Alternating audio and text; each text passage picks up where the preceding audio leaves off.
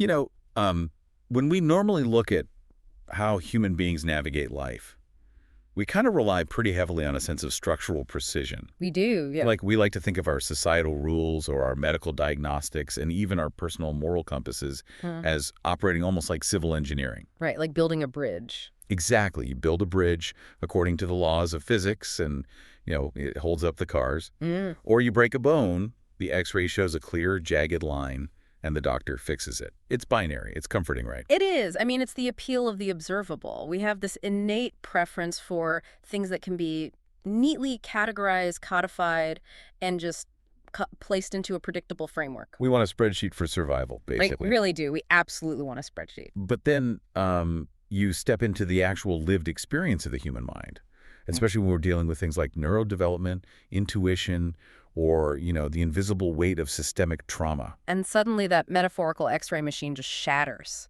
Right. We find ourselves trying to navigate this landscape that just isn't cleanly engineered at all.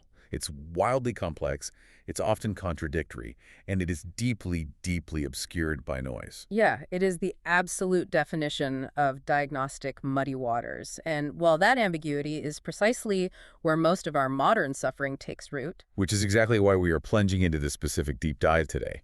Because we have to ask a terrifying, but honestly vital question. And it is a big one. It is. What happens when the very tools we've been conditioned to use to navigate our lives, our rigid adherence to societal rules, our unquestioning deference to authority, the entire legal and behavioral frameworks we consider normal, what if those are actually the very things generating our psychological and physical illness? That is the core of it, yes. So welcome to you, our listener, for joining us on this profound journey into the architecture of the human mind. Today we are taking apart the concept of free will. We're exploring the deeply physiological language of intuition and examining the immutable laws that actually govern our universe. It's a massive mission we have in front of us today. We are really going to explore how mastering our own internal intuition might actually serve as the critical key to connecting with these laws of the universe. Yeah, and perhaps more controversially, we'll look at how doing so fundamentally challenges the law of the land. Right, meaning the variable, often flawed rules created by human leaders, human kings, politicians, that sort of thing. And the ultimate promise here is just staggering. We're looking at a theoretical blueprint for a world entirely without fear, without systemic disparity, and honestly, without war. It sounds utopian, but the frameworks we're looking at break it down mechanically. They really do. And to construct this blueprint, we are synthesizing a really dense, fascinating stack of sources for you today. We're drawing heavily from Dr. Srivatsa's framework surrounding Maya meditation and mindset transformation. Which is a fantastic foundational text for this. Definitely. And we're bridging that with complex philosophical treatises on Earth jurisprudence and the ancient, deeply nuanced concept of dharma. We've also got some really rigorous legal and scientific perspectives on the debate around free will versus physical determinism. Right, including how medical frameworks like the NICE guidelines and the Bolam test actually operate in our courtrooms. Which we will absolutely unpack. Plus, we're bringing in foundational texts detailing the 12 universal laws and the foundation for consciousness development. It is a remarkable convergence of disciplines. I mean, we're talking law, quantum biology, ancient philosophy, and somatic psychology all coming together. Yeah, it's a lot. And just to set the stage properly for you listening, we are pulling from some highly provocative ideas today. Many of these frameworks fundamentally challenge modern medical hierarchies, long-standing political structures, and the very concept of human authority. They do push a lot of boundaries. Exactly. So as a heads up, our job as your guides isn't to endorse these specific political or social viewpoints. We aren't telling you to abandon your local laws or anything like that. We are here to impartially report on the architecture of these arguments. We want to unpack the mechanisms of these philosophies, see what makes them tick, and offer you the clarity to just evaluate them for yourself. Perfectly framed. Yeah. We're just the tour guides to the architecture of these ideas. Okay, so let's unpack this. Before we can even begin to talk about somehow connecting to the broader universe or achieving systemic peace, we have to understand the baseline of where we are right now. And where we are, according to Dr. Srivatsa's framework, is in the middle of a profound disconnection. He diagnoses modern humanity as experiencing a silent crisis. A silent crisis, which is, I don't know, it feels like an oxymoron almost. It does, but it's a very apt term because The crisis doesn't look like a classic catastrophe on the surface. If you look at the metrics we normally use to judge human progress, we appear hyperconnected. Right, we have smartphones, instant global communication, access to basically all human data. Exactly. Incredibly complex social networks. Yet, the psychological baseline for a massive portion of the population is characterized by this profound sense of being lost. Yeah, just totally untethered. We are seeing epidemic levels of generalized anxiety, chronic burnout, the disintegration of relationships, and this relentless, exhausting search for meaning. That is our modern baseline right now. And what I find so fascinating about Travas's approach, especially given his extensive background in high-pressure medical environments like operating theaters, is his assertion that this suffering does not mean the human machine is broken. Yes, that is a huge point. Because we are so quick to pathologize ourselves, Right. right? To say, oh, my brain chemistry is wrong, or I am fundamentally flawed. But this framework suggests we aren't broken at all. We are simply interference blocked. That distinction changes absolutely everything. I mean, if you are broken, you require an external savior, a mechanic, a surgeon, a pill to fix you. You're dependent on the outside. Exactly. But if you are merely experiencing interference, you just require a method to tune the dial. The premise here is that human beings have been systematically conditioned to point their antennas outward. So we're constantly chasing external validation to tell us who we are and what we are worth. Right. We seek identity in our job titles, safety in our bank accounts, and even our biological healing through complete submission to medical authorities. But the heart or the soul, that core of internal consciousness, never required chasing, did it? No, it just required listening. We have simply accumulated too much static from the outside world. And the loudest, most pervasive source of that static is a concept identified in the materials as the authority trap. Ah, the authority trap. This is where it gets really interesting. It does, because the authority trap is built on a deeply ingrained, almost universally accepted societal myth. And the myth is simply this: if you follow the rules, you will be safe. It is the ultimate conditional promise of modern civilization, and it starts the moment we are born, basically. Oh, totally. Study hard, get the respectable job, save your money, trust the established system. Obey the designated leader, behave according to the accepted moral code, and you will avoid punishment. You will be insulated from chaos. But the reality, as we all eventually discover, is that safety cannot be outsourced like that. It really can't. Following the rules without any internal compass is precisely how millions of people end up 20 years into careers that are completely eroding their nervous systems. Or they're trapped in marriages that look perfect on paper but are slowly suffocating them in reality. Because we've equated obedience with wisdom, and they are not the same thing at all. Not even close. So to understand exactly why this trap is so pervasive and so damaging, we have to explore the profound distinction the sources draw between human law, what we can call the law of the land, and universal law. Right, and if we examine the principles of earth jurisprudence alongside the ancient Indian concept of dharma, a very stark contrast emerges. Okay, break that down for us. Well, human laws are inherently variable. They are repealable. They are drafted by flawed individuals reacting to specific historical moments. Essentially, they are mechanisms of population management. And historically, human laws have very frequently been designed to embed disparity, right? Like to protect the resources of the elite and demand submission from the vulnerable. Exactly. There is a brilliant conceptual framing from the Rajneesh philosophy in our stack that perfectly illustrates this. It proposes that truth, in its absolute form, cannot be invented. It can only be discovered. Oh, I love that. Gravity wasn't invented, the speed of light wasn't drafted in a committee. They were discovered. The philosophy provocatively claims that anything a human being invents is, relative to the cosmos, essentially a fiction. It's a lie compared to a discovered immutable law. And Earth jurisprudence builds perfectly on that foundation, doesn't it? It flips our standard legal hierarchy completely upside down. It really does. It argues that the universe itself is the primary lawgiver, not human parliaments or congresses. Earth jurisprudence posits that human laws which violate the great jurisprudence, the fundamental ecological and energetic principles of the universe, are fundamentally illegitimate. Because our current legal systems operate on the premise of, by the people, for the people, often to the detriment of everything else in the ecosystem. Right, whereas Earth jurisprudence proposes a paradigm that is by the Earth community, for the Earth community. So if human laws are basically just temporary, highly flawed fictions designed to manage us, Why do we surrender to them so completely? Yeah. And why does this authority trap exert such a gravitational pull on our psychology? Because the trap is perfectly engineered to exploit three primal human fears. Okay, let's dig into those. What's the first one? The first is the fear of being wrong. Human beings are deeply, deeply uncomfortable with uncertainty.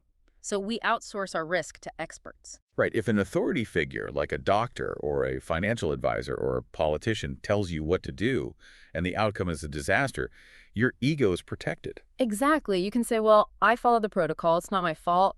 We trade our autonomy for a scapegoat. It's a liability shield for the ego. We'd rather be safely wrong with the crowd than risk being wrong on our own. That's exactly it. Now, the second vulnerability is the fear of rejection. As a social species, isolation historically meant death, literally. Yeah, if you were kicked out of the tribe, you starved. Right. And today, that translates into seeking false belonging through strict conformity. We are terrified that if we actually honor our internal truth, if we say no to the family expectation or reject the cultural norm, we will make our tribe uncomfortable and they will cast us out. The idea of false belonging is so insidious, actually. You mold yourself to fit a container that isn't yours, so the group accepts a version of you that doesn't actually exist. You're accepted, but you're entirely unseen. Which is why false belonging often feels far more isolating than actual solitude. Completely. And finally, the third vulnerability is the fear of losing identity. We wrap our entire sense of self in these external structures. Like, I am my job title. Yes. I am my political affiliation. Right. And if we question the authority of those structures, we experience a terrifying identity crisis. Who am I if the rules I've built my life around are basically arbitrary? Okay, I have to push back here for a second because this is where the philosophy meets the pavement. If human laws are just fictions and we're supposed to dismantle our blind obedience to them, isn't there a massive risk of total societal collapse? Well, that's the obvious fear, isn't it? Right. If everyone just decides to ignore the rules because they feel like it, don't we just get anarchy?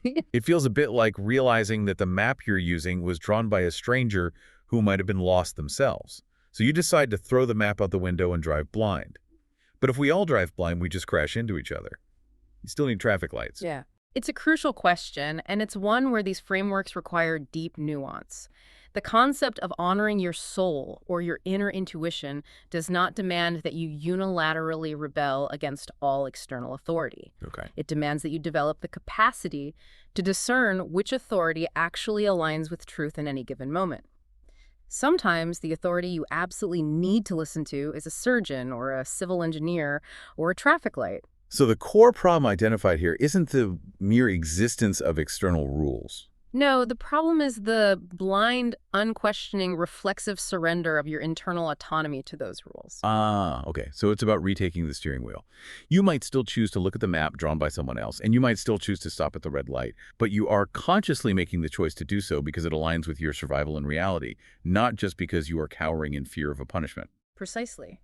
It is about the integration of rationality and external data with internal intuitive processing.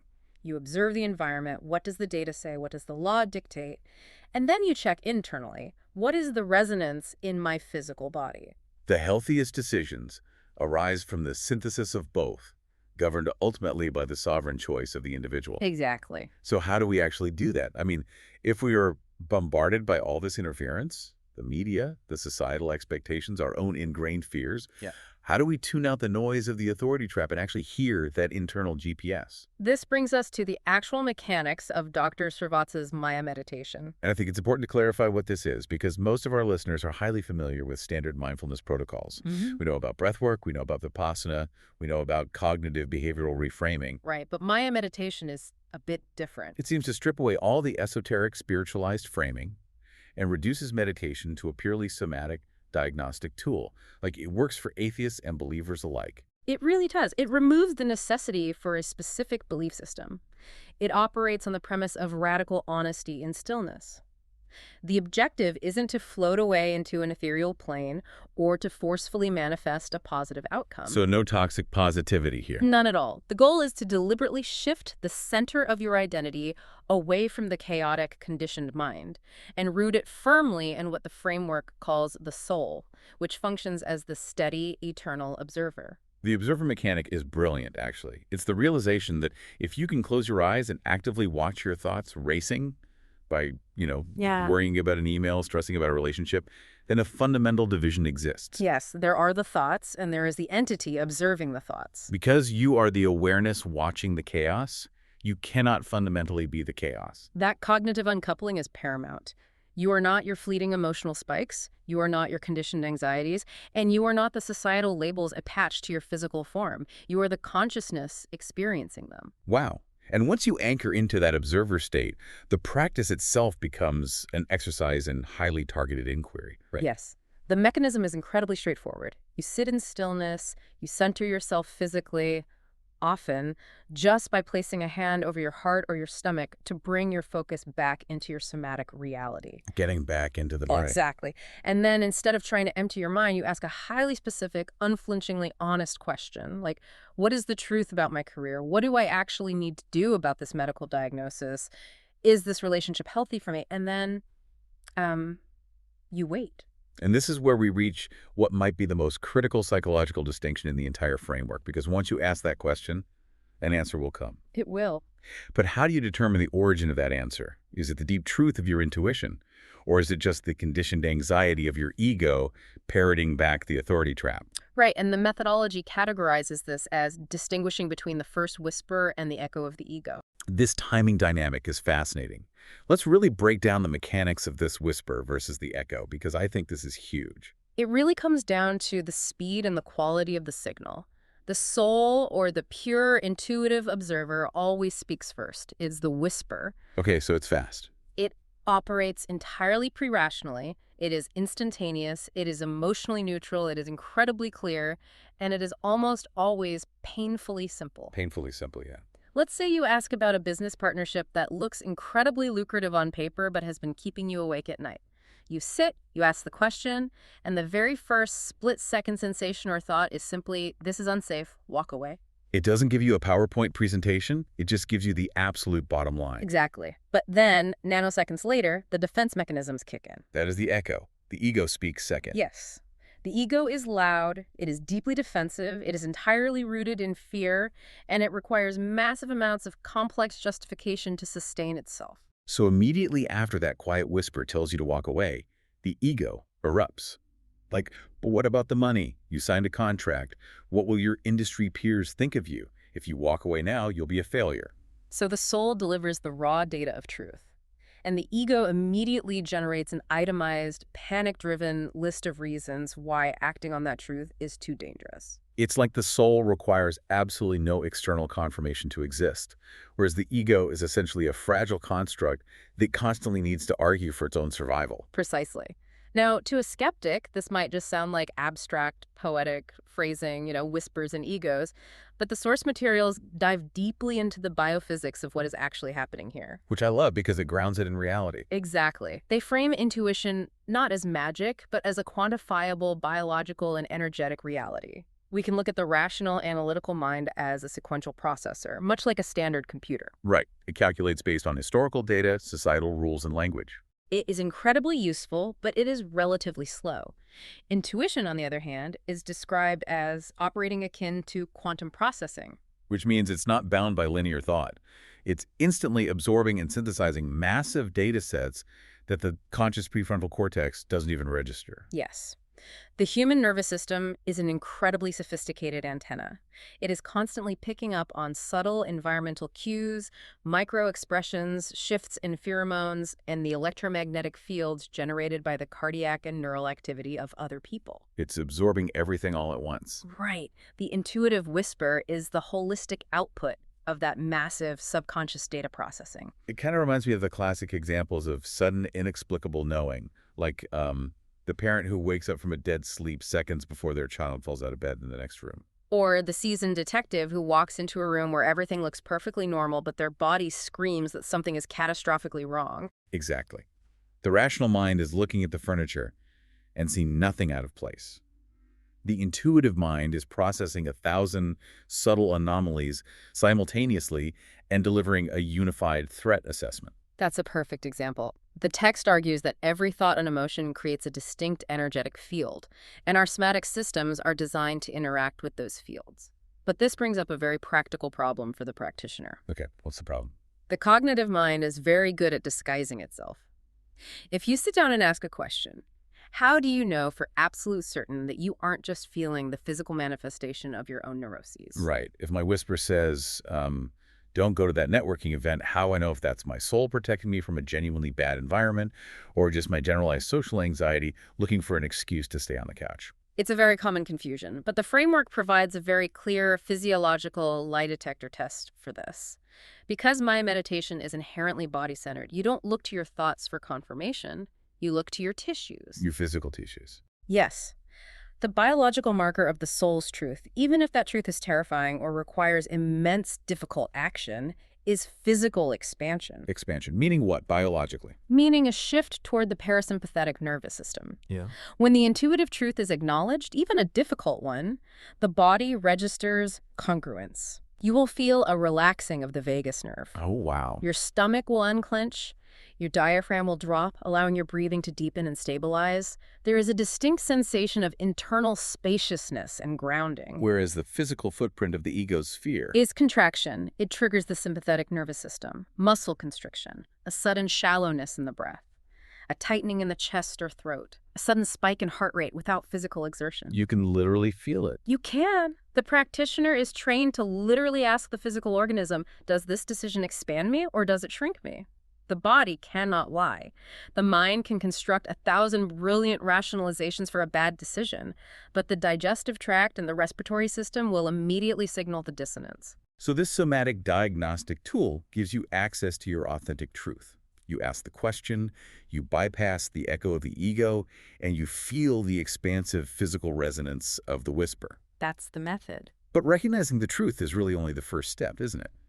What happens to the human organism when you actually have the audacity to act on it? Well, this is where Srivatsa's work suggests that free will isn't just a philosophical concept. It's a biological imperative for healing. To truly grasp the gravity of this, we have to look at the historical and legal debates surrounding determinism versus free will, right? We do. In modern materialistic science, there is a strong camp arguing for physical determinism, the concept of causal closure. Which means what exactly? It's the argument that human beings are essentially hyper-complex biological robots.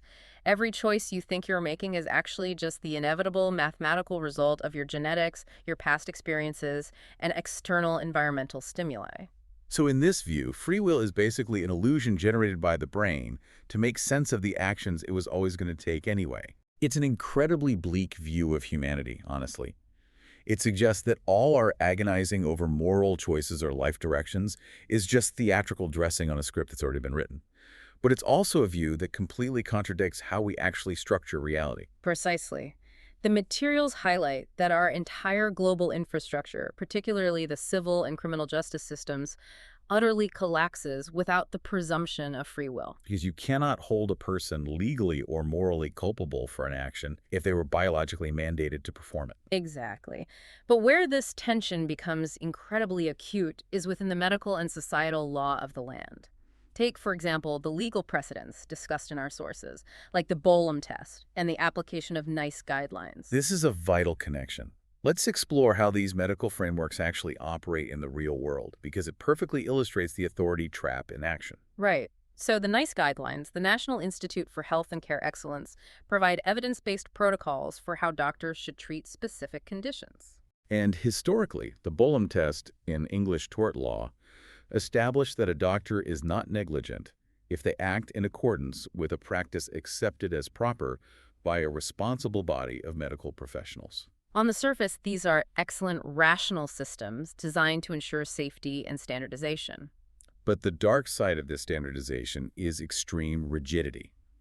The legal sources point out that these guidelines are increasingly treated not as helpful maps, but as mandatory, inflexible laws within the courtroom. Yes. If a physician decides to depart from the standard NICE Acts guideline because their intuition and observation of a specific patient suggest a different path, they expose themselves to massive legal liability. Which creates a system governed by defensive medicine. Exactly. Doctors are vastly overworked, they're operating under the constant threat of litigation, and so they are forced to adhere strictly to the protocol, regardless of the individual nuances of the human sitting in front of them. And the patient, conditioned by the authority trap, is intimidated by the clinical environment and trained to completely submit to the expert's protocol.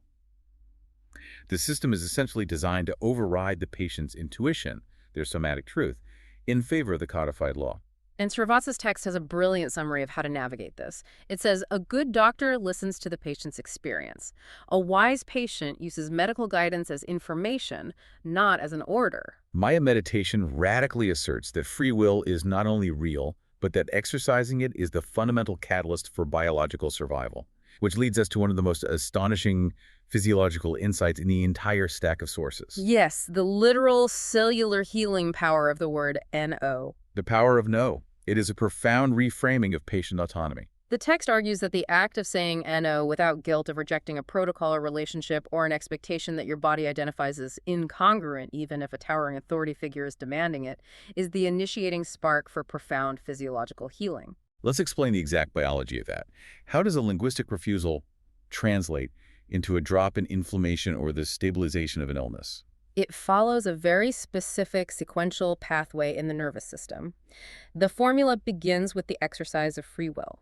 Mm. When an individual stops deferring to external authority and makes a choice rooted in their own intuitive whisper, they generate a profound psychological state of autonomy. They move from being a passive subject Yeah. to being the active sovereign of their own life. Exactly. And when the brain registers that shift, when the internal narrative changes from I am trapped and must obey to I am in control of my boundaries, it radically alters its chemical output. The amygdala, which is the brain's threat detection center, downregulates, right? Yes, it downregulates. Yeah. The constant drip of stress hormones like cortisol and adrenaline is halted. This creates a physiological state of absolute safety. And it's only in that state of perceived safety that the body can actually dedicate resources to repair itself. Precisely. You enter the phase of nervous system repair. The parasympathetic nervous system fully engages. What the text calls the spiritual immune system is activated. What does that look like on a cellular level? On a cellular level, blood pressure normalizes, chronic muscle tension designed for fight or flight releases, and the digestive and endocrine systems, which are basically suppressed during chronic stress, come back online. Wow. The source material boldly argues that the pure, sovereign act of saying NO from a place of aligned truth has initiated the healing of more chronic ailments than any pharmaceutical intervention. It completely revolutionizes how we view self-respect. We are often taught that prioritizing our own boundaries over the demands of others is selfish or uncooperative. Right, like we're being difficult. But this framework argues that self-respect is a biological imperative. The human soul, and by extension the human nervous system, was never designed to operate in a state of permanent submission. Submission breeds inflammation.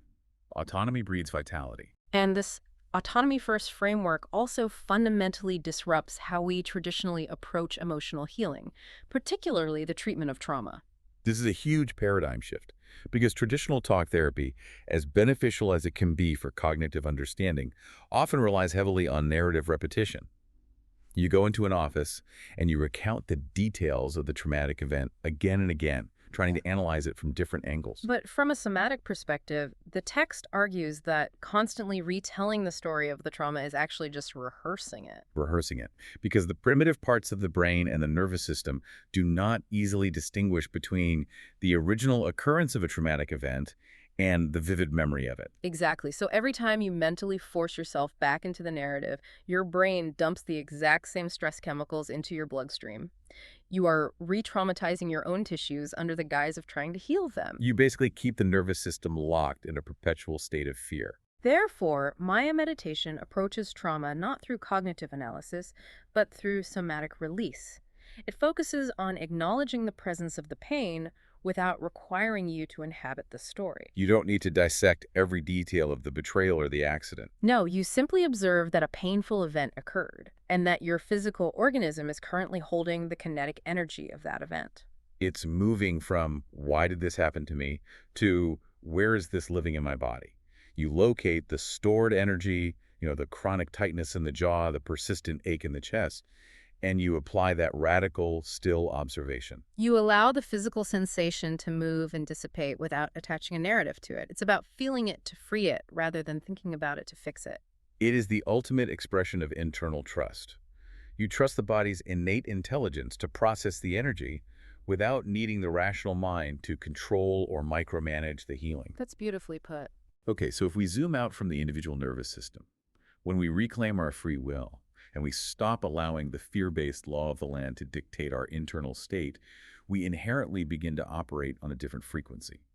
We start aligning with what the sources call the laws of the universe. Which brings us to a massive systemic question. What exactly are these universal laws, and how do they function? Right. If we cross-reference the materials from the Foundation for Consciousness Development and the expansive literature on the 12 universal laws, we encounter a paradigm of reality that is vastly different from human legislation. Very different. Human rules are localized, temporary, and subject to constant revision based on political whim. Universal laws are described as absolute, immutable physics of consciousness. They are mathematically exact. They apply to a star collapsing in a distant galaxy exactly the same way they apply to a human heart navigating grief. You cannot negotiate with them, you cannot bribe them, and you cannot repeal them. And the text from the Foundation draws a really brilliant practical distinction regarding how human beings interact with these massive laws. It boils down to the conflict between two very simple phrases: I want versus I need. It is a profound psychological pivot. When we are operating from the ego, locked in the authority trap, our default language is always I want. I want more money. I want a promotion. I want my partner to change their behavior. I want the political landscape to align with my views. And the text makes a stark claim here. Operating from what we want is the primary generator of human suffering. Why is that? Because the ego's want is almost always demanding an outcome that exists outside the current physics of the universal law. It is demanding that reality bend to its preferences. So you are basically standing in the rain, screaming at the sky that you wanted to be sunny, and suffering because you were getting wet. Exactly. But when we operate from the soul, from a place of intuitive wisdom, the language shifts to I need. And the most radical formulation of this in the text is the realization I need everything I currently have. Which is incredibly challenging for the rational mind to accept. It sounds like passive resignation. But it's not. It is the deep spiritual recognition that whatever circumstances you are currently facing, the difficult boss, the health challenge, the financial strain, are exactly the pedagogical tools required for the evolution of your consciousness in this exact moment. Aligning with that realization immediately stops the internal war and brings you into a state of flow with the law. Yes. Let's map out the architecture of these laws, because the Foundation categorizes them into a very specific hierarchy. At the apex, you have the superior laws, which govern the creation and the massive administration of the cosmos. These are the laws of love, manifestation, polarity, and evolution. And then, operating beneath them, governing the dense, often difficult human experience, is the inferior triangle, sometimes cheerfully referred to as the triangle of hell, which consists of the laws of correspondence, harmony, and nature. The triangle of hell. Lovely. Let's unpack the mechanics of a few of these, starting with polarity. Okay, so the law of polarity dictates that everything in the universe has an opposite, and that these opposites are actually just varying degrees of the same exact thing. Heat and cold are not separate phenomena, they are simply different markers on the same spectrum of thermal energy. And applied to consciousness, it means that you cannot fundamentally comprehend joy without the contrasting context of sorrow. Right. The ego tries to permanently sever the good pole from the bad pole, trying to live entirely in comfort. But the law states that the tension between the two is what generates reality itself. Which leads directly into the law of evolution. The text describes evolution almost as an anti-law, doesn't it? Because its entire purpose is to relentlessly force the development of consciousness. And the mechanism it uses to do that is friction. It deliberately creates disequilibrium. This is where people struggle, because from a human perspective, the law of evolution looks like sheer cruelty. It looks like random chaos, systemic pain, and social ills. We see conflict, and we think the universe is broken. But from the perspective of the universal physics, it is a perfect, ruthless teaching mechanism. A muscle only grows when it is subjected to the micro-tiers of resistance training. Human consciousness only expands when it is faced with circumstances that are so untenable, so painful, that the old ways of thinking are forced to collapse. We only recognize the necessity of balance because we are forced to endure the agonizing consequences of imbalance. Exactly. The friction isn't a mistake. It is the engine of growth. It's the friction that creates the spark. And then, operating in that lower triangle of human experience, we have the law of correspondence.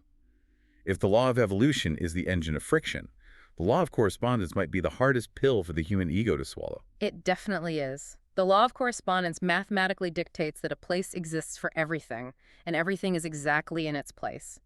The macrocosm is reflected in the microcosm. It means that absolutely nothing happens to anyone that isn't precisely meant for them. The environment you find yourself in corresponds exactly to the internal lessons you need to learn. Yeah. Okay, but I have to play devil's advocate here. If we accept the law of correspondence, that everything is exactly as it should be and I'm exactly where I need to be, how does that not lead directly to total moral apathy? That is the most common critique. Because if a systemic injustice exists, and I say, well, it's just the law of correspondence teaching everyone a lesson, why would I ever fight to cure a disease or work to dismantle an oppressive regime? Doesn't this just breed a fatalistic shrug? It's a vital question. Yeah. But the nuance lies in the difference between apathy and aligned action. Accepting the law of correspondence does not mean you don't take action. It means you stop taking reactive, ego-driven action against the reality of the present moment. Can you give an example? If you are diagnosed with an illness, the ego immediately fights the reality. This is unfair. This shouldn't be happening. I am a victim. That resistance drains your energy.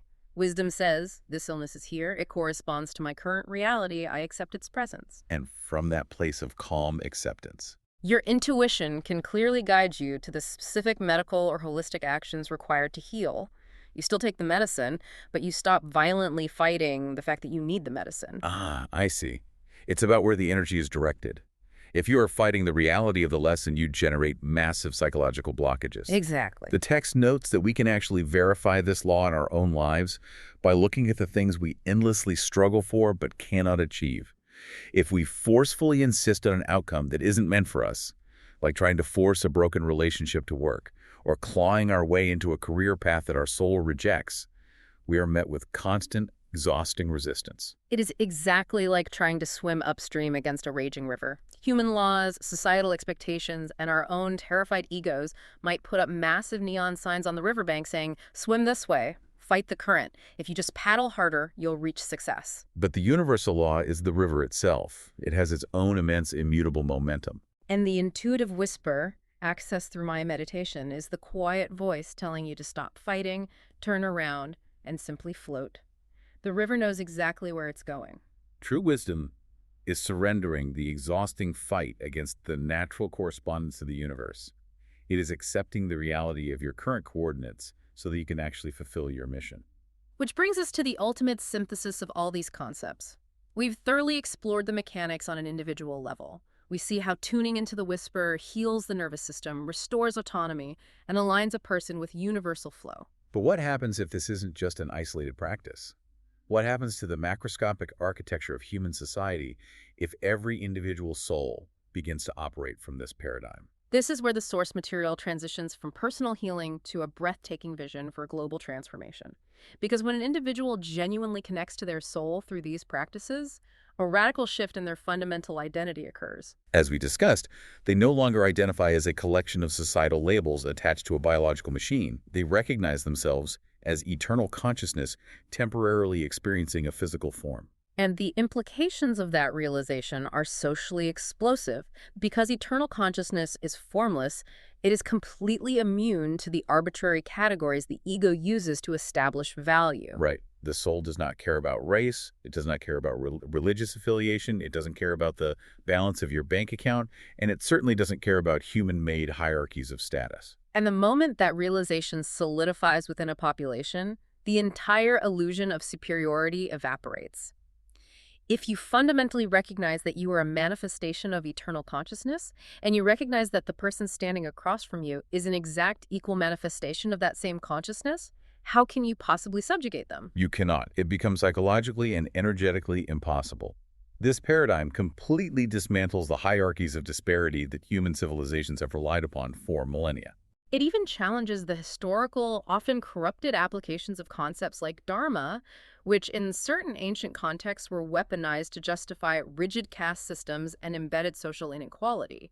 True alignment with universal law recognizes no inherent superiority of one soul over another. Because every soul must think and act in a way that acknowledges there are no disparities to make one soul better than another. And dismantling that hierarchy naturally leads to the eradication of dependency. Our sources are unflinchingly blunt about this mechanism. Fear is the engine of dependency, and dependency is the most profitable industry on Earth. It is the business model of modern civilization. The pharmaceutical and medical industries, in many aspects, profit immensely from a population terrified of physical mortality and dependent on external cures. The 24-hour news media ecosystem generates billions of dollars by keeping the public in a state of hypervigilant fear regarding crime, economic collapse, or political disaster. And authoritarian political systems maintain their grip on power by promising protection from a constantly shifting, terrifying other. But a human being who is deeply connected to their intuitive whisper, whose nervous system is anchored in parasympathetic safety, cannot be controlled by those fear narratives. They possess absolute sovereignty. They trust their internal data processing, their somatic truth, more than they trust the loudest, most threatening external authority.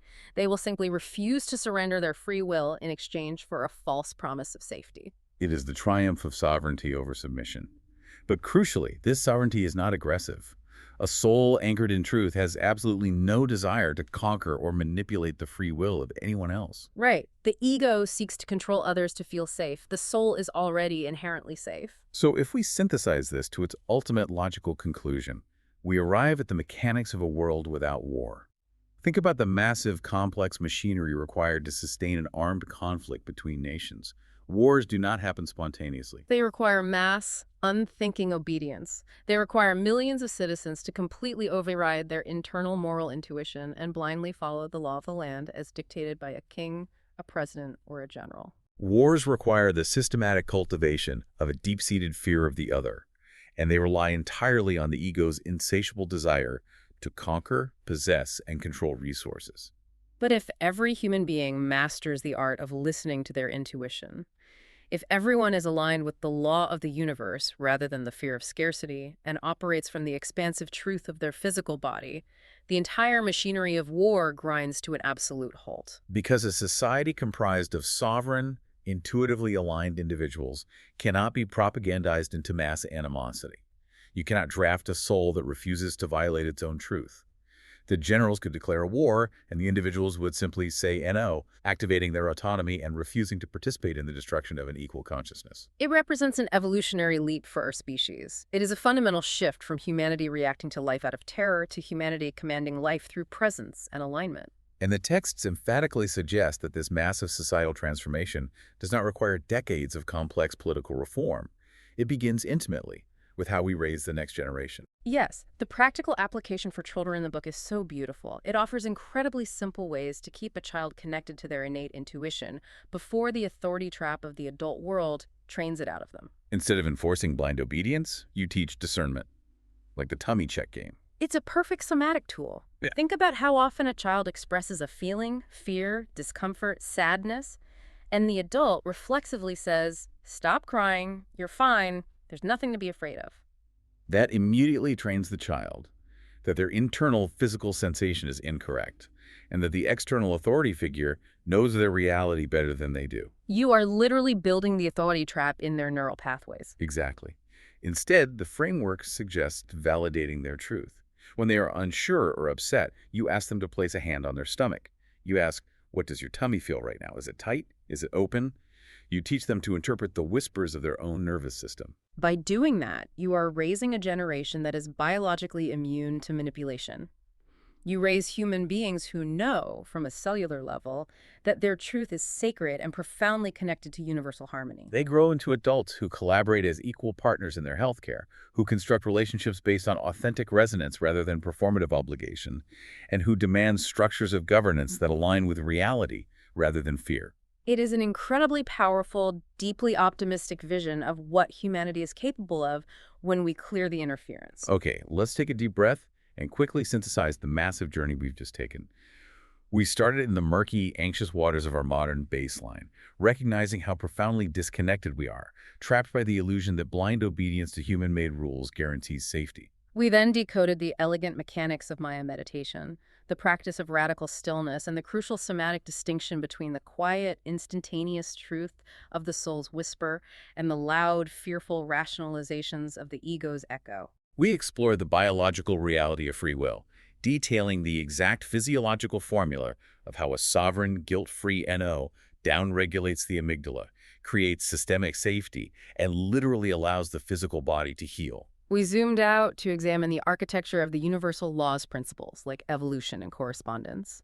understanding that our suffering stems from fighting the current of reality, and our power comes from aligning with exactly what we need in the present moment. And finally, we looked at the ultimate sociological promise, a paradigm where the realization of our shared eternal consciousness completely eradicates the hierarchies of disparity. A world where sovereign individuals, anchored in their truth, render the fear-based mechanisms of war entirely obsolete.